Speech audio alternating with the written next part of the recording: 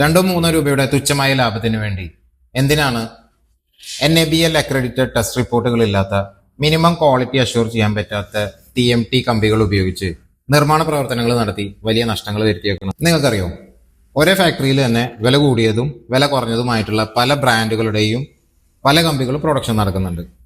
ആയിക്കോട്ടെ, പക്ഷെ നമ്മൾ 10,000-ങ്ങളും ലക്ഷങ്ങളും കൊടുത്ത് പർച്ചേസ് ചെയ്യുന്ന TMT ബാറുകൾക്ക് NABL അക്രഡിറ്റഡ് ടെസ്റ്റ് റിപ്പോർട്ടുകൾ നിങ്ങൾ ചോദിച്ചു വാങ്ങണം. ക്വാളിറ്റി ഉറപ്പുവരുത്തണം, നിർബന്ധമാണ്. ഇല്ലെങ്കിൽ ചെറിയ വില വ്യത്യാസം നോക്കാതെ പ്രൈമറി കാറ്റഗറിയിൽ പെട്ടിട്ടുള്ള TMT ബ്രാൻഡ് കമ്പികൾ ഉപയോഗിക്കാൻ ശ്രമിക്കണം. വളരെ ബഡ്ജറ്റ് ഫ്രണ്ട്ലി ആയിട്ടുള്ള പ്രൈമറി കാറ്റഗറിയിലുള്ള TMT ബാറുകൾ ഇന്ന് മാർക്കറ്റിൽ അവൈലബിൾ ആണ്. നിങ്ങളൊന്ന് ഗൂഗിൾ ചെയ്ത് നോക്കിക്കഴിഞ്ഞാൽ പ്രൈമറി കാറ്റഗറിയിൽപ്പെട്ട TMT സ്റ്റീൽ ബാർസുകൾ ഏതൊക്കെയാണെന്ന് നിങ്ങൾക്ക് തന്നെ മനസ്സിലാവും. ഇത് ഒരു ബ്രാൻഡിനെ പ്രൊമോട്ട് ചെയ്യുന്നതിനോ ഡീഗ്രേഡ് ചെയ്യുന്നതിനോ വേണ്ടിയുള്ള വീഡിയോ അല്ല, നമുക്ക് നഷ്ടങ്ങൾ വരാതിരിക്കാനാണ്. വർഷങ്ങളോളം നമ്മൾ താമസിക്കേണ്ട നമ്മുടെ വീടിന് കേടുപാടുകൾ സംഭവിക്കാതിരിക്കാനാണ്.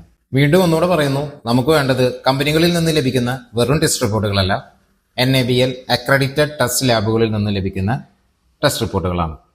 NABL ടെസ്റ്റ് റിപ്പോർട്ടുകൾ എങ്ങനെ തിരിച്ചറിയാവുന്നു, ഫേക്ക് ടെസ്റ്റ് റിപ്പോർട്ടുകൾ എങ്ങനെ തിരിച്ചറിയാവുന്നൊക്കെ മറ്റൊരു വീഡിയോയിൽ പറയാം. കൺസ്ട്രക്ഷൻ പ്രവർത്തനങ്ങൾ നടന്നുകൊണ്ടിരിക്കുന്ന നിങ്ങളുടെ ഫ്രണ്ട്സിനും റിലേറ്റീവ്സിനൊക്കെ ഈ ഒരു വീഡിയോ നിങ്ങളൊന്ന് ഷെയർ ചെയ്ത് കൊടുക്കണം. കൂടാതെ ഈ പേജ് ഒന്ന് ഫോളോ ചെയ്യാം.